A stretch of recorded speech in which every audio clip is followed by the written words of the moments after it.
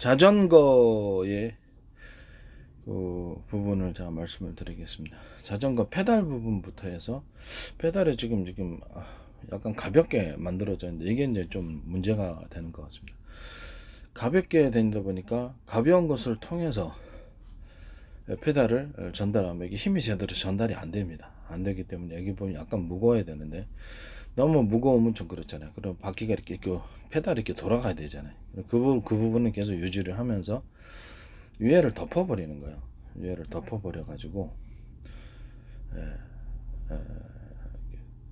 골프공 홈처럼 오목하게, 제가 자동차 브레이크 페달 부분에서도 오목하게 좀 파주면은 힘으로 전달이 된다고 홈 파주기 기술을 따라, 이것도 역시 페달이 안쪽으로 좀 들어가 주면 더 좋고요. 그래서 오목하게 홈을 좀 파주면 발을 밟는 부분에 있어서 그래서 강하게 작용이 된다는 겁니다. 이 부분하고 그다음에 안에 제가 얘기를 했던 그 판스프링처럼 그래서 지그재그 구조로 지그재그 개조로 해서 판스프링 형태로 그 페달 안에 들어가면 굉장히 적은 힘으로도 강한 힘이 전달될 거다라고 얘기를 했습니다. 그 부분을 제가 말씀을 드리고, 그다음에 회전 이렇게 자동 페달하고 붙어 있는 부분 있죠. 이게 너무 얇아요. 너무 얇다 보니까 약간 밴딩식으로 감아주거나 좀 두텁게 만들거나 해서 힘이 너무 얇다 보니까 전달이 안 되는 거예요. 그래서 이거를 좀 두텁게 만들어주거나 대나무 매듭식으로 밴딩을 해주거나, 이쪽 부분에 이렇게 연결된 부분이 있죠. 그 다음에 이쪽 부분에도 대나무 매듭식으로 밴딩 구조를 좀 주고, 너무 무겁게 말고 일단 이것이 강하게 무거워야지 힘이 전달이 잘 되는 겁니다. 너무 지나치게 무거우면 좀 그렇죠. 회전수를 많이 해야 되니까. 그래서 이 부분을 대나무 매듭을 넣어가지고 길이나 두께는 회사에서 정하시고, 그다음에 이쪽 연결해 갖고 축을 돌리는 이쪽 부분에도 좀 두텁게 만들어 주거나 대나무 밴딩식으로 매듭식으로 밴딩을 줘가지고 좀 두꺼워야 되겠죠. 그래서 힘이 강하게 작용돼야 된다. 그다음에 브레이크 부분에 대해서는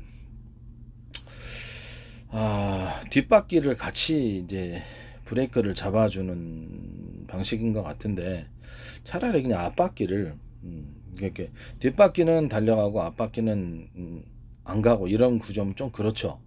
그래서 앞바퀴를 차라리 브레이크를 두 개를 두고 앞바퀴를 두 개를 두고 브레이크를 나눠서 이렇게 하더라도 브레이크 나눠서 잡으면 되잖아요. 이렇게 앞바퀴를 너무 강하게 잡아버리면, 그래서 자전거가 전복되는 문제가 있어요. 그래서 꽉꽉꽉꽉 잡아주는 식, 여러 번 잡아주는 식으로 해서 앞바퀴에다 브레이크를 그냥 두 개를 양쪽으로 오른쪽 왼쪽으로 두고 그렇게 하는 게 낫지 않을까라는 생각이 듭니다. 그래서 이제 브레이크 잡는 것을 봤는데 너무 얇아가지고 이게 제대로 잡힐 수가 없어요. 그 부분을 약간 두텁게, 양쪽 다 두텁게 처리를 해야 되는데, 자동차 이제 브레이크 패드만 이런 식으로 이렇게 층층이 이렇게 이렇게 층층층 이렇게 잡아주는 식으로 해서 강하게 힘은 전달이 돼서 증폭이 되는 거죠. 이거를 뭐 세 겹이 아니면 두 겹이라도 이런 식으로 양쪽에서 브레이크 패드처럼 잡아준다, 이 말씀을 말씀드려요. 뭐 뒤에 이제 브레이크 뒷바퀴도 앞바퀴는 두 개 주고 뒤에 뒷바퀴는 하나만 줘도 상관없어요. 너무 복잡하면은 브레이크를, 그렇죠, 너무 많아도 좀 그렇죠. 갑작스럽게 브레이크 잡으면 좀 그렇죠. 그렇기 때문에 앞바퀴하고 뒷바퀴와 브레이크를 동일하게 하나씩 둔 거잖아요. 그래서 너무 그럴 필요가 없다. 하나씩 잠시 여러 번 나눠서 하면은 별다른 문제가 없다라고 말씀을 드립니다. 뒷바퀴의 브레이크는 그렇죠, 하나만 유지하면 될 것 같아요. 하나만 유지해서 이쪽도 역시 똑같이 이렇게 잡아주고, 체인은 그렇죠, 오른쪽 왼쪽에 두 개로 돌아가는 형태. 뒷부분은 약간 구성비가 비율이 적어도 상관없다. 탄탄하게 유지하기 위해서 너무 똑같으면 좀 그렇죠. 그렇지만 너무 작아버리면 그것도 힘이 제대로 전달이 안 될 것 같아요. 그래서 거의 대동하게 하면서도 뒷부분을 약간 적게 해주면은 타이트하게 체인이 하면서 이렇게. 그다음에 체인 안쪽의 부분, 체인이 돌아가는 톱니바퀴하고 연결되는 부분은 그렇죠, 좀 두툼하게 해서 무게감 있게 해서 강하게 잡아주는 식으로 들어간다라는 거 접대도 한번 얘기했었죠. 밑변 부분이 좀 강하게 무거워야 된다라고 제가 얘기를 했고요. 지금 그 바퀴에 있는 쇠살 구조 있잖아요. 쇠살 구조가 그래서 그걸 통해서 하나 이렇게 연결이 되다 보니까 그 부분이 좀 문제가 있는 것 같아요. 하나 일체형으로 만들어주는 거예요. 약간 거기다가 이렇게 원식으로 해갖고, 원 테두리, 금속 테두리로 다시 한번 거기를 서로 붙여주는, 조립에 있어서 약간 문제가 있는지는 모르겠는데, 조립에 있어서 문제가 될 수도 있는데, 그렇다면 그냥 쇠살 부분에도 밴딩 구조를 넣어주는 거예요.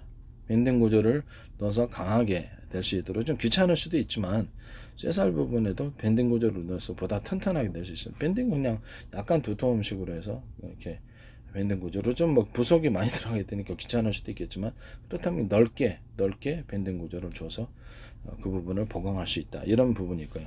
아니면 원형 형태로, 원형 하나 둘 정도 이런 형태로 감아 가지고 그 부분을 좀 이렇게, 좀 쇠살이 너무 얇기 때문에 그 부분을 좀 보강을 해주는 게 나을 것 같습니다. 이런 방식을 제가 말씀을 드립니다. 그 다음에 자전거 안장은 그 좀 뭐 고탄력 탄력펌 쿠션, 고탄력 펌 쿠션, 이 구조를 제가 말씀 그대로 제가 유지하겠습니다. 이런 식으로 해가지고 이제 자전거 안장에 앉으면 좀 편하도록 그렇게 하고, 너무 이렇게 세로로 이렇게 돼 있다면 밑으로 이렇게 그 힘이 전달이 되거든요. 그래서 약간 선수용어는 모르겠는데 일반용은 그냥 옆으로 좀 퍼지게 해가지고 엉덩이를 딱 받치는 식으로 이렇게 하고, 힘을 옆으로 좀 퍼지게끔, 그렇게 밑으로만 전달이 되잖아요. 그런 부분을 잘 말씀드립니다. 그다음에 자전거 프레임 부분에도 역시 매듭 구조를 주면은 프레임이 굉장히 튼튼해진다는 것을 말씀을 드립니다.